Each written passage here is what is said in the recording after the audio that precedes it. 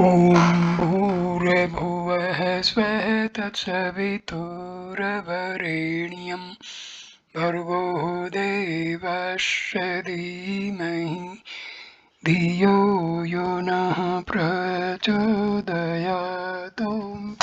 शान्ति शान्ति शांति। नमस्ते मेरे प्यारे दोस्तों, ये महर्षि रमन से बातचीत का 24वां वीडियो है। ये वीडियो हम शुरू करते हैं 30 सितंबर 1936, 252वीं बातचीत। भगत श्री रामकृष्ण के स्पर्श मात्र से विवेकानंद को आनंद की अनुभूति हो गई। क्या यह संभव है? महर्षि श्री रामकृष्ण ने केवल इसी उद्देश्य से स्पर्श नहीं किया था। उन्होंने आत्मा को उत्पन्न नहीं किया था। उन्होंने साक्षात्कार उत्पन्न नहीं किया था। विवेकानंद परिपक्व थे। उन्हें साक्षात्कार की व्याकुलता थी। वे निश्चय ही अपने पूर्व जन्मों में प्रारंभिक साधना का कर्म पूरा कर चुके होंगे। केवल परिपक्व व्यक्तियों के लिए ही ऐसा होना संभव है। भक्त, क्या यह चमत्कार सब व्यक्तियों के लिए संभव है? महर्षि, यदि उनमें योग्यता हो। योग्यता ही मुख्य है। शक्तिशाली व्यक्ति निर्बल व्यक्ति को नियंत्रित करता है। शक्तिशाली मन दुर्बल मन को नियंत्रित करता है।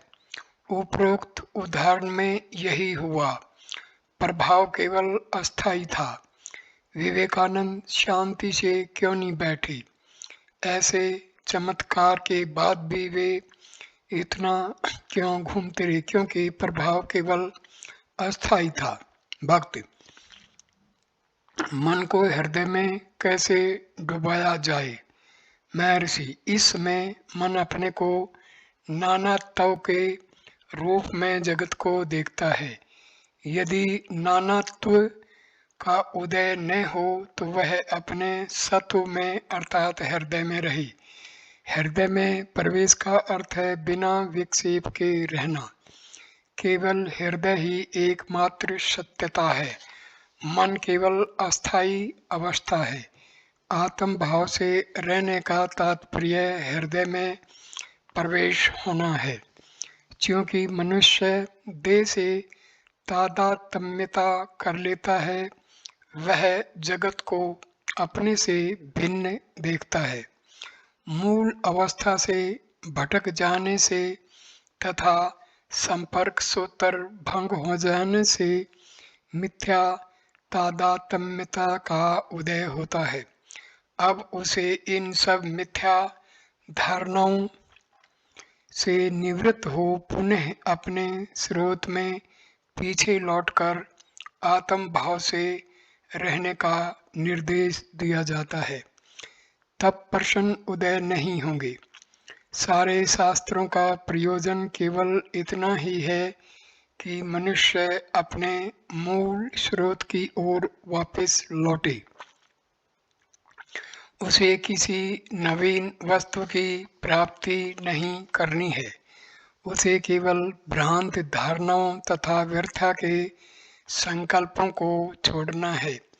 इसके स्थान पर मनुष्य विचित्र तथा रहस्यमय वस्तुओं को प्राप्त करने का प्रयास करता है, क्योंकि उसके अनुसार सुख कहीं अन्यत्र है।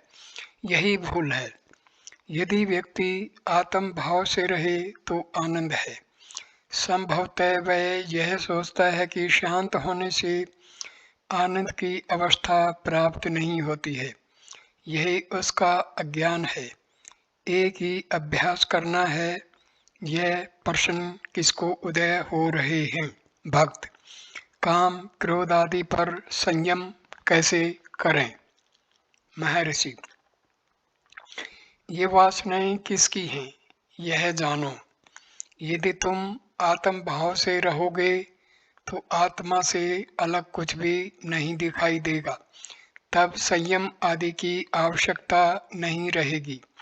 भक्त, यदि ऐसे व्यक्ति की मृत्यु हो जाती है जिसे हम स्नेह करते हैं तो उसका परिणाम शोक होता है।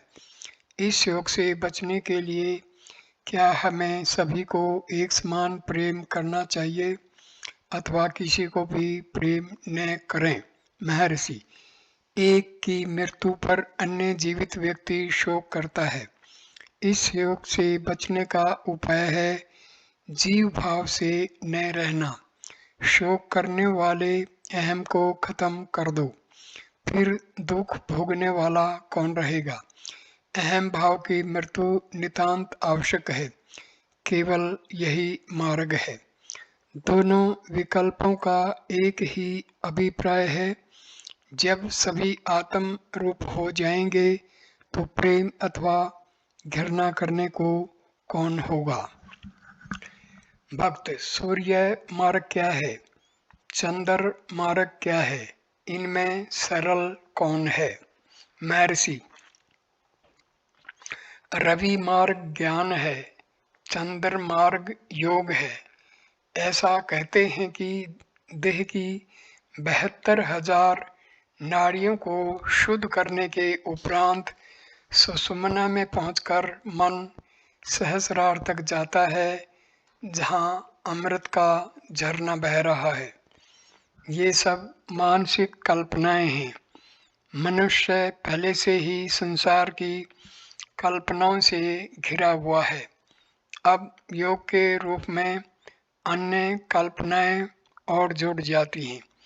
इन सब का एकमात्र लक्ष्य मनुष्य को कल्पनाओं से छुटकारा दिलाकर उसे संकल्प शून्य आत्म चैतन्य में शिथिल करना है।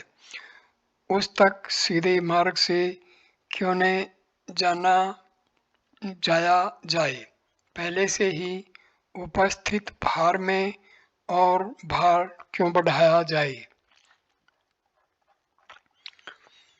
अक्टूबर 1, 1936,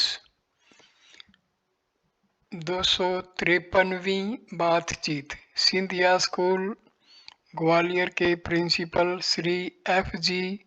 पियर्स। श्री भगवान का उपदेश है सद्विद्या अनुबंधम में पूरक श्लोक 27। उन विद्वानों से जिन्होंने आत्मा की शोध से अपना अहंकार नष्ट नहीं किया है, उनसे अशिक्षित निश्चय ही अच्छे हैं। इस अवस्था में एक स्कूल अध्यापक को, जिसकी इस कथन में निष्ठा है, शिक्षा जारी रखने हेतु ऐसा उपदेश प्रदान करें जिससे आत्मशोध के महत्वपूर्ण कर्तव्य को गौण किए बिना अध्ययन एवं बौद्धिक ज्ञान की जिज्ञासा बनी रहे। क्या दोनों असंगत हैं? यदि वे नहीं हैं तो किस आयु के पश्चात तथा किन साधनों द्वारा नवयुवकों को अपने अंदर स्थित वास्तविक सत्य की शोध के लिए प्रेरित किया जा सकता है? महर्षि, विद्या नहीं अपितु विद्या का अभिमान तथा प्रशंसा की इच्छा को त्याज्य कहा है। सत्य की शोध एवं विनम्रता की प्रेरक विद्या उत्तम है। उसी जिज्ञासु ने प्रार्थना की।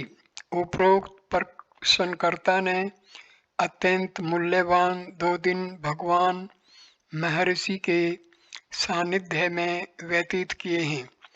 उन्होंने 17 वर्ष पूर्व महर्षि को कुछ क्षणों के लिए पर्वत के समीप पिछली बार देखा था। प्रश्नकर्ता के कर्तव्य पुनः उसे सुदूर उत्तर में चले जाने को बाध्य कर रहे हैं तथा वे कदाचित अनेक वर्ष तक ने आसकें।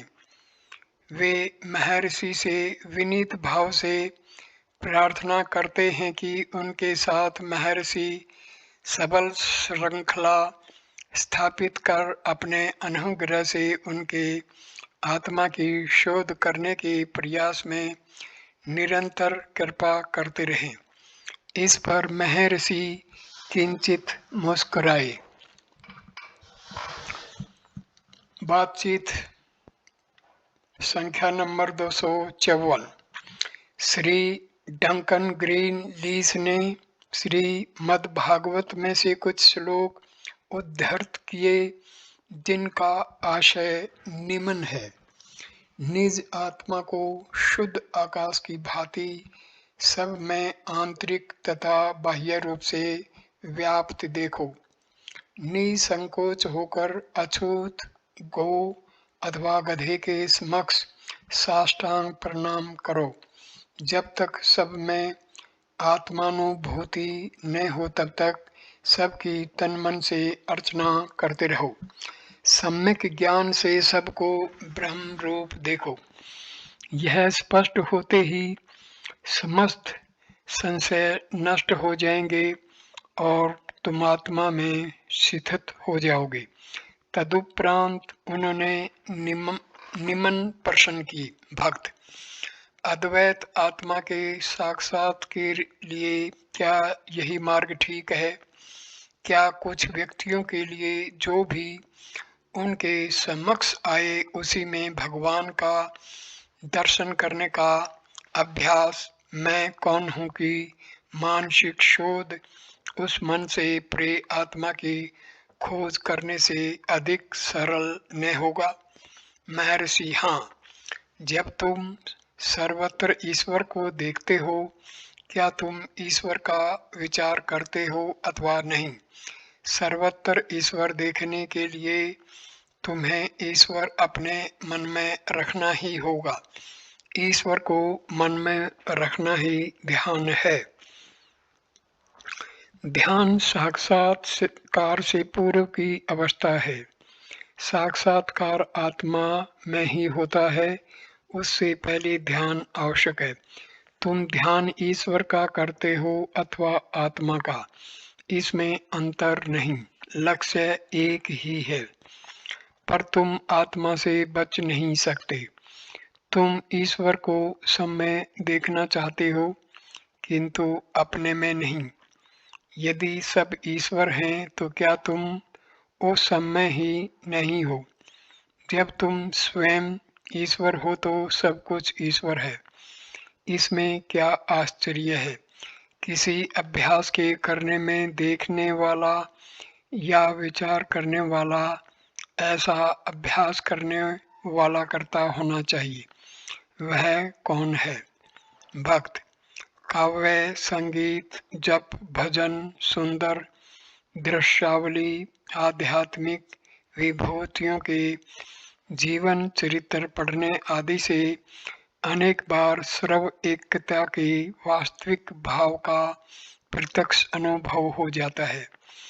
क्या यह परम आनंद में शांति की भावना ही, जिसमें व्यक्तित्व का कोई स्थान नहीं होता, हृदय में प्रवेश करना है, जिसका भगवान उपदेश करते हैं?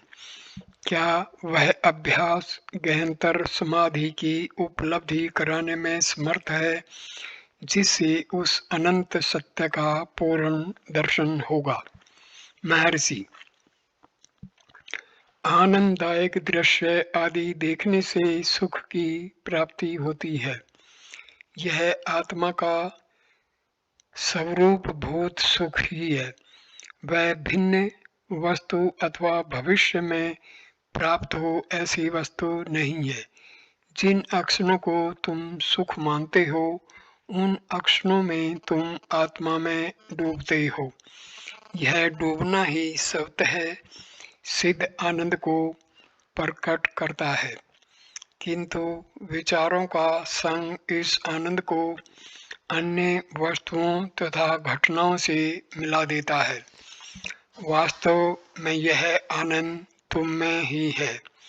ऐसे अक्षण में ऐसे अक्षणों में तुम आत्मा में यद्यपि अनजाने डूबते हो। यदि ऐसा जानबूझकर किया जाए तो यही साक्षात्कार है। मैं चाहता हूँ कि तुम बोध से ही आत्मा में अर्थात हृदय में डूबो। बातचीत संख्या नंबर 255। यदि आत्मा की सदैव अनुभूति करनी है तो हमें केवल चुप हो जाना चाहिए। क्या ऐसा है महर्षि? यदि तुम अन्य कार्यों में लगे बिना शांत न रह सको तो बहुत अच्छा है। यदि ऐसा न हो सके तो जहाँ तक साक्षात्कार का संबंध है, चुप रहने से क्या लाभ। जब तक किसी को कार्य में व्यस्त रहना पड़े, उसे आत्म साक्षात का प्रयास नहीं त्यागना चाहिए।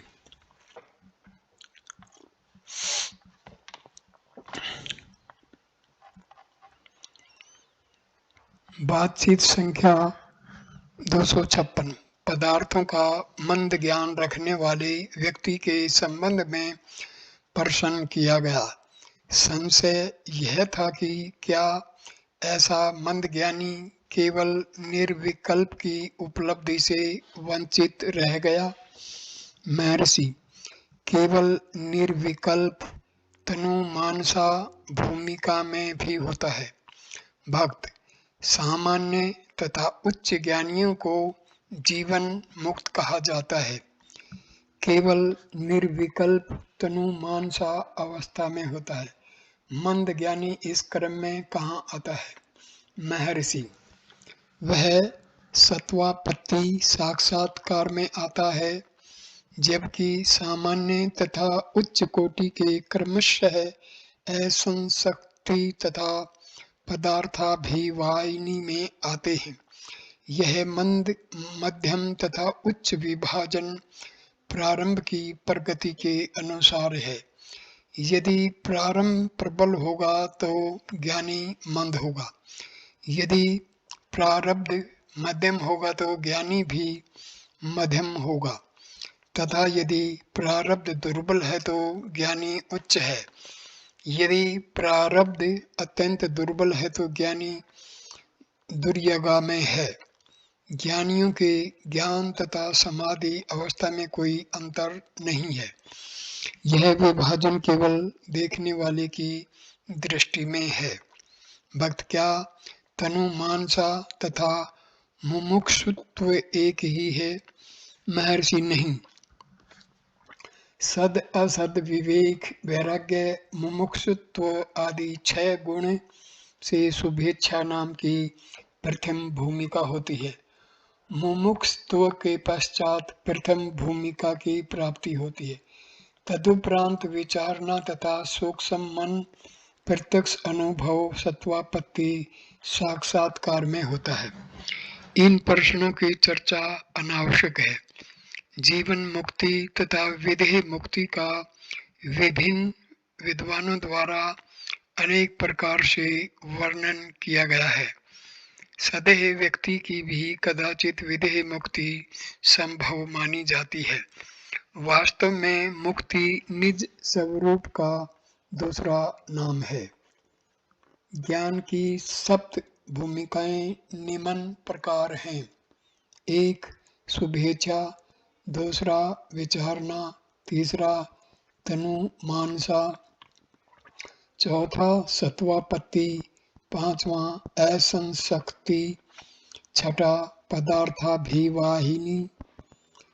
पदार्थाभाविनी, सातवां तुर्यगा।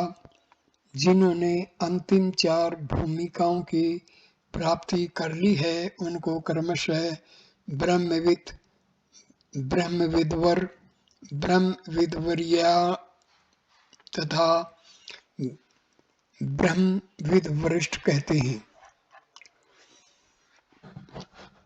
बातचीत संख्या 257।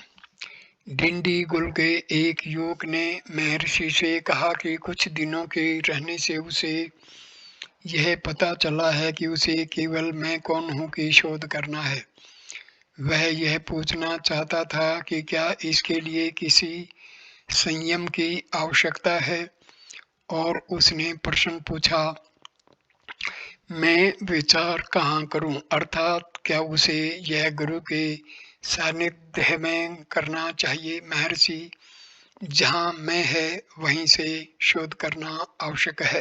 भक्त, लोग जीवन का सर्वस्व प्राप्त करने के लिए प्रयास करते हैं। मेरे विचार से वे सही मार्ग पर नहीं हैं।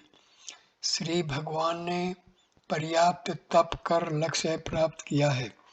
श्री भगवान की यह भी कामना है कि सभी लक्ष्य प्राप्त करें तथा वे उसकी प्राप्ति के लिए सहायता करने को भी तत्पर हैं। उनके द्वारा किया गया तप दूसरों को सरलता से सफलता प्राप्त कराने में सहायता करेगा। उन्हें श्री भगवान द्वारा किए गए कठोर तप करने की आवश्यकता नहीं है। श्री भगवान ने उनका मार्ग सरल कर दिया है। क्या मेरा कहना ठीक नहीं है? महर्षि मुस्कुराए तथा बोले, यदि ऐसा होता तो सभी सहज में ही लक्ष्य प्राप्त कर लेते, पर प्रत्येक को अपने लिए स्वयं ही प्रयत्न करना होगा। बातचीत संख्या 258। मैसूर के एक युवक ने श्री भगवान को एक लिखित पर्ची दी तथा उत्तर की प्रतीक्षा करता रहा। श्री भगवान से उसकी जिज्ञासा थी कि मार्गदर्शन हेतु अन्य महात्मा कहाँ मिल सकते हैं। उसने यह भी स्वीकार किया कि वह अपने घर के बड़ों को सूचित किए बिना महात्माओं के माध्यम से ईश्वर प्राप्ति हेतु घर छोड़कर आ गया है। वास्तव में वह ईश्वर तथा उसकी खोज से नितांत अनभिज्ञ है। इसलिए वह महात्माओं के दर्शन करने का इच्छुक है। श्री भगवान ने पर्ची लौटाकर कहा, मैं किसी भी तथा प्रत्येक प्रश्न का उत्तर दूंगा। जब तक मैं ऐसा न करूं, मैं महान नहीं हूं। लड़के ने पर्ची फाड़ दी तथा दूसरी लिखी जिसमें लिखा था, आप गिलहरी तथा खरगोशों के प्रति दयालु हैं। जब ये आपके पास से भागने के लिए प्रयास करते हैं तो आप इन्हें दुलारते हैं, तथापि आप मनुष्य के प्रति उदासीन हैं। उदाहरण के लिए मैंने अपना घर छोड़ दिया है और यहाँ एक पखवाड़ा से प्रतीक्षा कर रहा हूँ। कुछ दिनों तक मुझे भोजन नहीं मिला। मैं संघर्ष कर रहा हूँ, फिर भी आप मेरी चिंता नहीं करते। महर्षि, देखो, मैं दूरदर्शन यंत्र टेलीविजन से युक्त नहीं हूँ। ईश्वर ने मुझे वह अक्षमता प्रदान नहीं की है। मैं क्या कर सकता हूँ? तुम्हारे प्रश्नों का मैं कैसे उत्तर दे सकता हूँ? लोग मुझे महर्षि कहते हैं तथा उसी प्रकार व्यवहार करते हैं, किंतु मैं स्वयं को महर्षि की तरह नहीं देखता। इसके विपरीत मेरे लिए प्रत्येक व्यक्ति महर्षि है। यह अच्छा है कि इतनी अल्प आयु में तुम ईश्वर की खोज करने का प्रयत्न कर रहे हो। उस पर ध्यान एकाग्र करो। फल की इच्छाओं को त्याग कर अपना कार्य करो। तुमको केवल यही करना है। बातचीत संख्या 259। नाद, बिंदु तथा कला प्राण, मन तथा बुद्धि के अनुरूप हैं। ईश्वर नाद से प्रिय है। योग साहित्य में नाद, ज्योति आदि का वर्णन है, किंतु ईश्वर इससे प्रिय है। रक्त प्रवाह, वायु से सांस लेना तथा शरीर की अन्य क्रियाओं से ध्वनि उत्पन्न होना अनिवार्य है। यह ध्वनि सहज तथा निरंतर होती है, यही नाद है। बातचीत संख्या 260। संडे टाइम्स में हिमालय के एक साधु का एक उद्धरण प्रकाशित हुआ है। लेख पूर्व जन्मों की पुनः स्मृति से संबंधित है। इसमें पॉल ब्रंटन द्वारा उस सिद्धि को प्राप्त करने के लिए बौद्ध साधकों की पद्धति का वर्णन है। श्री भगवान ने कहा, कुछ लोग ऐसे हैं जो अपने पूर्व जन्म एवं भविष्य के विषय में सब कुछ जानना चाहते हैं। वो वर्तमान को दुर्लक्ष्य करते हैं। भूतकाल का भारी वर्तमान का कलेश बनता है। भूतकाल को स्मरण करने का प्रयत्न केवल समय को नष्ट करना है। बातचीत संख्या 261। पुनर्जन्म का संदर्भ चल रहा था। शांति देवी का पुनर्जन्म वर्तमान समय के मानवीय नियमों के अनुसार है, जबकि हाल ही के बताए गए एक 7 वर्ष के लड़के का प्रसंग भिन्न प्रकार का है। बालक अब 7 वर्ष का है। वह पूर्व जन्मों का हाल बताता है। जांच करने से पता चलता है कि उसने पिछले शरीर 10 माह पहले छोड़ा था। प्रश्न यह है कि पिछले शरीर की मृत्यु के पहले के 6 वर्ष तथा 2 माह में क्या स्थिति रही? क्या जीवात्मा एक साथ 2 शरीरों में रही? श्री भगवान ने संकेत किया कि बालक के अनुसार समय 7 वर्ष है, दूसरे देखने वाले के अनुसार 10 मास है। 2 भिन्न उपाधियों के कारण ही यह अंतर है। देखने वाले ने बालक के 7 वर्ष के अनुभव की अपने स्वयं के समय के केवल 10 मास के हिसाब से गणना की है। श्री भगवान ने योग वासिष्ठ में वर्णित लीला की कथा का प्रसंग दोबारा बताया। बातचीत संख्या 262। डॉक्टर सैयद एक मुसलमान प्रोफेसर आजकल यहाँ हैं। उनके एक संशयशील साथी ने उनसे प्रश्न किया, तुम्हारे महर्षि क्या चमत्कार करते हैं? प्रोफेसर का उत्तर था, सामान्य मनुष्य जो प्राय पशुवत ही हैं, उनको मानवता प्रदान की जाती है, और चूंकि हम उनके बालक हैं, महर्षि हमको शक्ति प्रदान करते हैं। वह जानना चाहते थे कि क्या उसको उनका उत्तर ठीक था। हृदय में शांति पहुंचाना ही एक सर्वोच्च चमत्कार है जो महर्षि में है। उस मित्र ने पूछा, उससे हमें क्या प्रयोजन? मैंने उत्तर दिया, यही शांति प्रत्येक यात्री को प्रदान की जाती है, जिससे वह भी इससे लाभ उठा सके। श्री पॉल ब्रंटन ने अपनी पुस्तक में उसकी चर्चा की है। प्रत्येक व्यक्ति को प्रतिदिन महर्षि के सानिध्य में इसकी अनुभूति होती है। श्री भगवान के समक्ष पूर्व वार्तालाप की चर्चा की गई। इसमें निम्न बात और जोड़ी गई। परशुराम का कथन है कि मार्ग में संवृत से मिलकर उन्हें कुछ शीतल आंतरिक शांति का अनुभव हुआ, अतः उन्हें संवृत बहुत बड़े संत लगे। क्या इस प्रकार की शांति किसी महात्मा के सानिध्य की एकमात्र कसौटी नहीं है? क्या इसके अतिरिक्त भी कुछ है? श्री भगवान ने कहा, एक माधव संत तत्वरो यार ने अपने गुरु स्वरूपानंद पर एक भरणी रची है। विद्वानों ने उस रचना पर अपना विरोध प्रकट किया।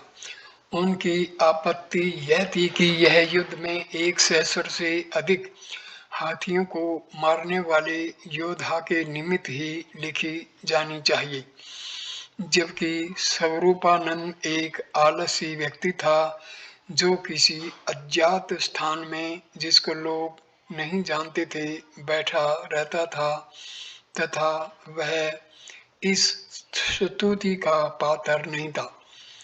तत्वरो यार ने उन सब से उनके गुरु के समक्ष चलने को कहा, जिससे कि वे स्वयं ही यह देख लें कि क्या वह एक ही समय में 1000 हाथी मार सकता है। उन्होंने ऐसा ही किया। जैसे ही वे वहां पहुंचे, वे तुरंत मौन हो गए और कई दिन तक जड़वत अनंत शांति में स्थिर रहे। चेतना आने पर उन्होंने गुरु एवं शिष्य को प्रणाम कर पूर्ण संतोष व्यक्त किया। अहम भावों को वश में करने की अक्षमता होने से स्वरूपानंद योद्धाओं से भी बढ़कर थे। यह कार्य एक सहस्र हाथियों को मारने से भी कहीं अधिक दुष्कर है। महर्षि ने कहा कि इस दृष्टांत से प्राप्त होने वाली शिक्षा स्पष्ट है। महात्मा के सानिध्य में शांति ही एकमात्र कसौटी है। 20 अक्टूबर 1936। बातचीत संख्या 263। डॉक्टर सैयद, श्री भगवान कहते हैं कि हृदय आत्मा है। मनोविज्ञान के अनुसार दुर्भावना, ईर्ष्या, द्वेष तथा अन्य वासनाओं का केंद्र हृदय में है। दोनों विरुद्ध भावों का समन्वय कैसे हो? महर्षि, हृदय के एक सूक्ष्म छिद्र में समस्त विषय समाया हुआ है। यह वासनाएं भी विषय का अंग है, वे ही अविद्या है। भक्त, अविद्या का उदय किस प्रकार हुआ? महर्षि, अविद्या माया के समान है, जिसका अस्तित्व नहीं है, वही माया है। इस प्रकार जिसका अस्तित्व नहीं है वह अविद्या है, अतः यह प्रश्न नहीं उठता। तथापि प्रश्न पूछा जाता है, तब पूछो, यह अविद्या किसकी है? अविद्या अज्ञान है। इसमें दृष्टा दृश्य भाव निहित है। दृष्टा बने रहो, दृश्य नहीं रहेगा। भक्त, अविद्या क्या है? महर्षि, आत्मा का अज्ञान। आत्मा का अज्ञान किसे है? आत्मा को ही आत्मा का अज्ञान होना चाहिए। तब क्या आत्माएं दो हैं? बातचीत संख्या 264। भक्त, क्या भगवान जगत को अपने अंश के रूप में देखते हैं? वे जगत को किस रूप में देखते हैं? महर्षि, केवल आत्मा का अस्तित्व है, अन्य कुछ नहीं। तथापि अविद्या के कारण भेद उत्पन्न होता है। भेद 3 प्रकार का है। एक तदनुरूप, दूसरा भिन्न भिन्न रूप, तीसरा अंश रूप। जगत आत्मा की तरह दूसरी आत्मा नहीं है, न यह आत्मा से भिन्न है, न यह आत्मा का अंश है। भक्त, क्या जगत आत्मा का ही प्रतिबिंब नहीं है? महर्षि, प्रतिबिंब हेतु पदार्थ तथा छाया का होना आवश्यक है, किंतु आत्मा में ऐसे भेद नहीं है। भक्त, तब क्या भगवान जगत नहीं देखते? महर्षि, भगवान से तुम्हारा क्या आशय है? भक्त, मेरा आशय मुझसे अधिक ऊंचा एक जीव से है। महर्षि, यदि तुम अपने जीव को समझ लोगे तो अन्य जीव भी समझ में आ जाएगा। भक्त, मैं वाद विवाद नहीं करना चाहता, मैं सीखना चाहता हूँ, कृपा मुझे उपदेश दें। महर्षि, चूंकि तुम जानना चाहते हो अतः वाद विवाद अनिवार्य है। इस सब को दूर करो, अपनी सुसुप्ति पर विचार करो। क्या उस समय तुम्हें बंधन का भान होता है और क्या तुम उस समय मोक्ष के साधनों की खोज करते हो? क्या तब तुम्हें अपनी देह का भी भान होता है? बंधन का भाव देह के संबंध से है, अन्यथा कोई बंधन नहीं है, न कोई वस्तु है जिससे बंधन हो और न कोई व्यक्ति है जिसका बंधन हो। तथापि यह तुम्हारी जागृत अवस्था में ही दिखते हैं। यह विचार करो कि ये भाव किसको दिखते हैं? भक्त, मन को। महर्षि, मन पर दृष्टि रखो, तुमको उससे अलग ही रहना है, तुम मन नहीं हो, आत्मा ही शेष रहेगा। भक्त, क्या श्री भगवान का विकास में विश्वास है? महर्षि, विकास एक अवस्था से दूसरी अवस्था में ही होता है, जब भेद ही नहीं है तो विकास कैसे होगा? भक्त, श्री कृष्ण ने ऐसा क्यों कहा है?